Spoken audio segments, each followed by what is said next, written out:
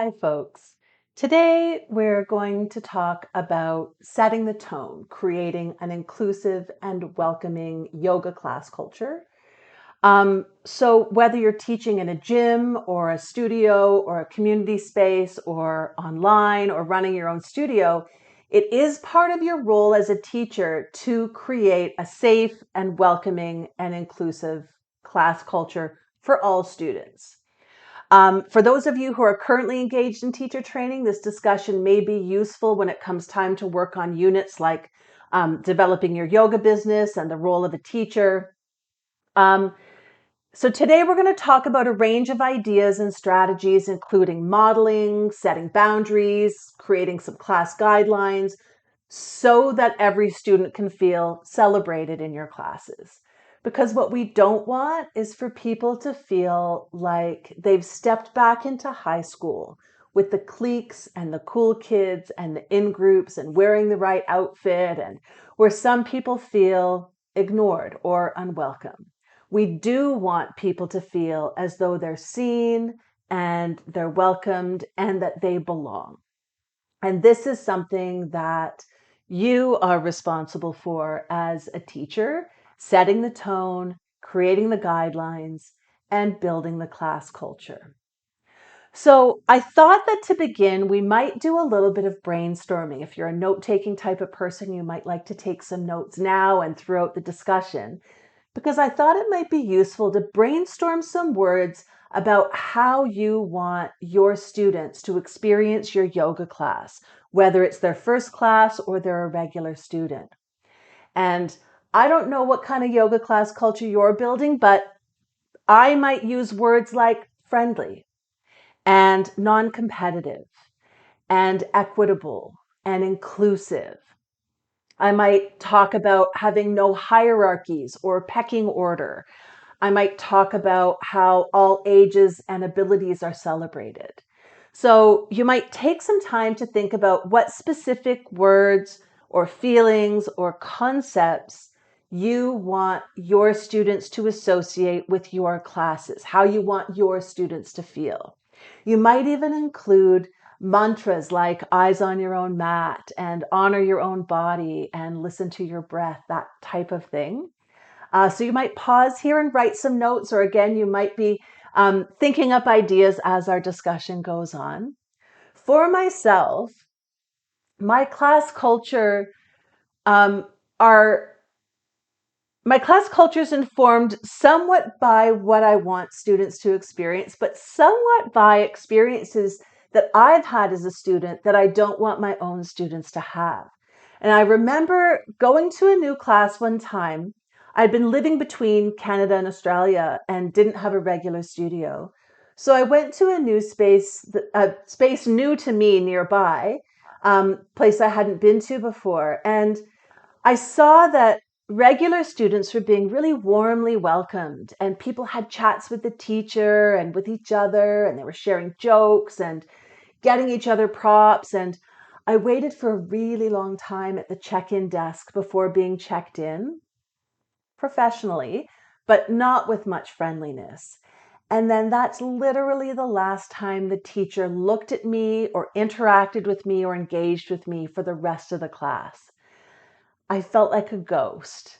And so, needless to say, I never went back. And I was an experienced yogi, so I knew this wasn't what all yoga classes were like, and it didn't deter me from finding another class that did work for me. But had I been a new yoga student, I might never have tried yoga again. So, with that in mind, here's another thing you might want to take some time to write about. What feels welcoming and what feels excluding to you? So, can you think of a time when you were made to feel really welcome in a class and really included? Or a time when you were made to feel unwelcome? You might take some time to think about what your teacher or even your fellow students did to make you feel more or less welcome and included in your class, because those can be real teaching moments and can help give you ideas about how you want to build your own class culture. Um, for me, I think that it's useful to have some foundational ideas about the class culture that you want to create. One of them might be something like the golden rule: treat others the way you wish to be treated. So think about how you think people want to be greeted in class, making eye contact, verbally welcoming people, remembering their names as best you can. If you can't, you can say, like, hey, it's great to see you.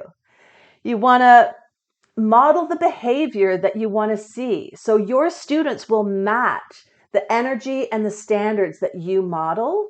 So when you speak and act and engage with kindness and compassion and respect for others and yourself, it's teaching your students how to conduct themselves in class. I think it's important to be consistent with your words and with your conduct and with your class guidelines.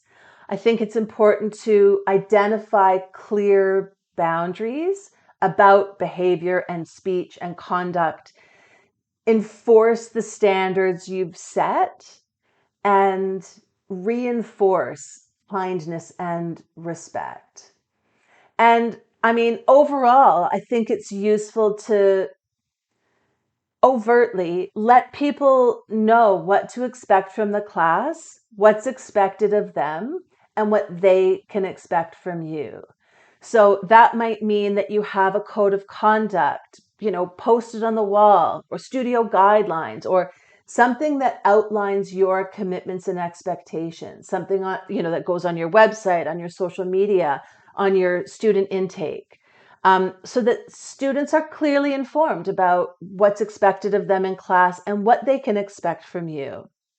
And of course, when in doubt, refer back to your yoga ethics, the Yamas and Niyamas. Um, you might have heard the saying, you're teaching the world how to treat you by what you allow, what you stop, and what you reinforce. And the same goes with your yoga class culture. You're teaching people how to treat your class space and the people in it. So we want to reinforce and encourage the kind of culture and behavior that you want to nurture. So again, setting clear boundaries about behavior or language that you want to discourage, as well as all the things that you want to encourage. As one of our students, Joe, recently said, and I think it's a good mantra to remember, what you ignore, you allow. So think about what you want to nurture and what boundaries that you want to set. Now, I think it's also important to be aware that you may have different strategies for different populations. As a yoga teacher, especially if you're going to be teaching full time, you're likely going to be teaching in a variety of spaces and to a variety of groups. And you might find that you're creating different class cultures in those different spaces and for different communities. So, for example, the culture of my corporate classes was a lot more friendly and fun, and they were already a community that I was the newcomer to. So the culture kind of had to reflect that. And I worked on creating a culture that was a lot more about self-care and movement and relaxation, rather than including more overt spiritual elements like chanting or Sanskrit language or chakras, which I might use in studio classes. So kind of really different vibes. And to a certain extent, you just have to know your audience and meet them where they're at and match their culture a bit while teaching them about yoga. And this is especially important if you're going to teach specialized groups, um, kids, older adults, corporate classes, athletes. What feels safe and welcoming for them might be different from your yoga studio students. So you do need to adjust for their needs. Um, and here's a simple example. Last week we talked briefly about having a chatty start to class versus a silent start. And they're both really useful options. Um, a chatty class can be really friendly and really community oriented, but Some people can feel excluded or pressured to like perform friendliness or socialize when that's stressful for them. Whereas silent classes can create a great vibe and can reduce the tension to be friendly or be welcomed or potentially be excluded by fellow students. But it can feel strict to some people. It can feel maybe a bit empty. But it's your choice how you want your class to begin and what's going to be right for each class. Um, and, best of both worlds, you can have chattiness outside the studio door and then silence when you come in. But like these are choices that you're going to make specific for the space and the students that you're working with. I think it's worth noting that when it comes to creating a welcoming space, that begins long before the students arrive in class. It starts with how you talk about your classes, how you market your classes, um, telling people what to expect so that they, by the name of classes and the description that you give, so that they sign up for the class that suits their aims and their needs and their safety. It begins with the images that you use. Are you using images of diverse people, different ages, body types, ethnicities, and abilities? Like, is a diverse group of people represented in your class? And on a side note to that, no, I'll talk about that later. Let's first talk about being clear about safety, inclusion, and conduct, because if you're able and have the permission of owners or employers, I think it's useful to have class guidelines or class vibes, handouts, or posters prominently displayed so that you tell people what they can expect from you and what you expect from them, and include how all people are welcome, that you are a safe space, that you aim to make your classes accessible. You might even include your grievance policy and who they can contact if they're having any issues or concerns. And I think including in that, hang a pride flag or have an icon on your poster or your front door or your social media so that members of the 2S LGBTQ community know that they're safe and welcome. Again, I just think it's important to tell people what to expect. Make sure they're signing up for the class that's right for them. Show them in advance what the class will look like. This is important for safety as well as ensuring people don't get overwhelmed or feel like they don't belong in a class.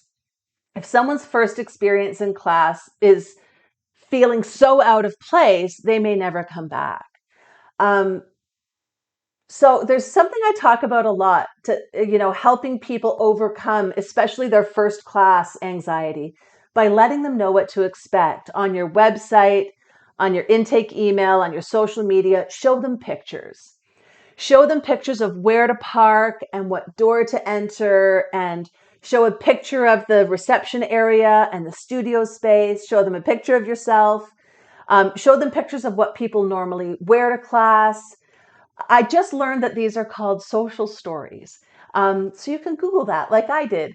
And they're really useful for a variety of people to know what to expect before they come to class and can really help people overcome their nerves to step into their first class. So it's worth taking the time to take those pictures. Now, when you're taking photos of students in your class, that shouldn't be happening on a regular class day. That's something that you want your students to enthusiastically opt into. So you might have a free class or a day of classes where students are invited to come to class for free, wearing their normal clothes. They sign a media release form, and you can have someone take some photos so that students know this is what a class looks like, and this is what the people look like, and this is what they wear, and this is how the studio is set up, and this is how you'll place your mats when you come in. All of those things can really help people to soothe people's anxiety and help make them feel more prepared and able to do a little mental rehearsal and ease the worries before they come into class. So those are some strategies that I think are really helpful. Um, Moving on, I want to talk a little bit about being aware of shifts in vibes, because sometimes without you knowing it, classes can become a bit cliquey or competitive or unwelcoming, even when people don't intend that. So it's important that we are intentional and that we are paying attention to the vibes. I remember a long time ago, I was going to a studio that I really loved, and I didn't notice that the vibes were really getting quite competitive until an acquaintance was visiting from Australia. And she went to the class and she pointed it out after class, like, that studio has such competitive vibes. And I thought, oh, I didn't notice that. Once she pointed it out and I started paying attention, like, it was really strong flavor that wasn't very pleasant. And I sort of stopped going after that. Like, once I started really feeling that. And um, it turns out that there was major competition going on in that studios at the ownership level.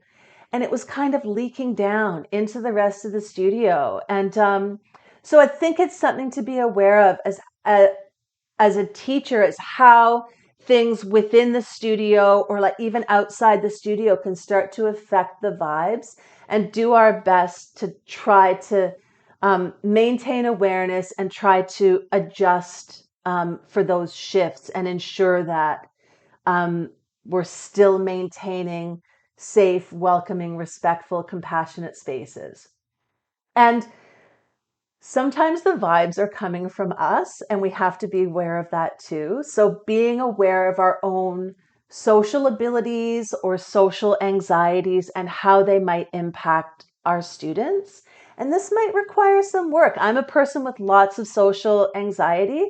I've had to really work on this.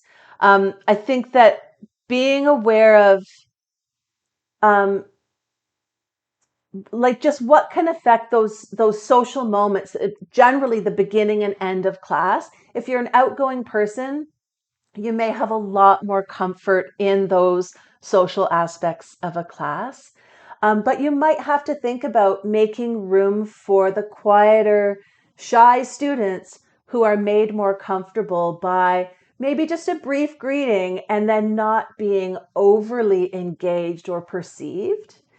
And then if you're less social or you have social anxiety, ensuring that you're not doing things like clinging to your regulars to soothe your own social worries, and that you're welcoming all of your students with enthusiasm. And it might take some practice, some grounding routines, or some rituals to open your class that help you to move through those times in class more comfortably. I think it's also important to notice things like our desire to be liked or our people pleasing tendencies, to ensure that we're not allowing things like boundary crossing or favoritism to leak into class. And certainly we want to be aware of how we might exclude people, even subtly, who might be different from us or who are more challenging as students or whom you don't like.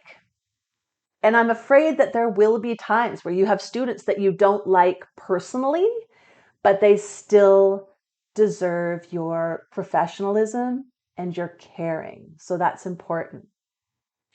Um, and on that note, we've talked a lot about your own behavior, but your students do play a role as well in your class culture. You can be as welcoming as you like as a teacher, but if your students are excluding people, then you have a problem. And so some of this goes back to modeling, which is a more subtle strategy. But if an issue persists, then you might need a more overt strategy. So generally speaking, our students will match the standards that we set to speak and act with kindness and compassion and respect. And this is where our teaching on the Yamas and Niyamas is really helpful in reinforcing our code of behavior. This is like regularly reminding our students that part of yoga is how they conduct themselves in relationship with others, and that this is the foundation of their yoga practice. And you might do that through theming your classes or social media posts or things you put up around the studio space. And that's a little bit more of a subtle strategy. But sometimes we need more overt strategies. So when students cross a line, we don't ignore it. Speak to them in private, reinforce the studio or the gym or the class guidelines, and know that if they're making the space unsafe or unwelcoming for anyone, and yes, that includes you as a teacher, you have the right to disallow them to continue in your classes. You might, depending on your organizational structure, you might need to report unwanted behavior to ownership or management. You might need to document issues as they arise. And if in doubt, this is something you can take to your professional membership body, Yoga Australia or Yoga Alliance, who can provide you with some guidance and support, right? And remember back to our friend Joe's wisdom, what you ignore, you allow. Now, if this has created some worry for you, let me reassure you that in my 30 years of teaching, I've only had to officially fire 2 students.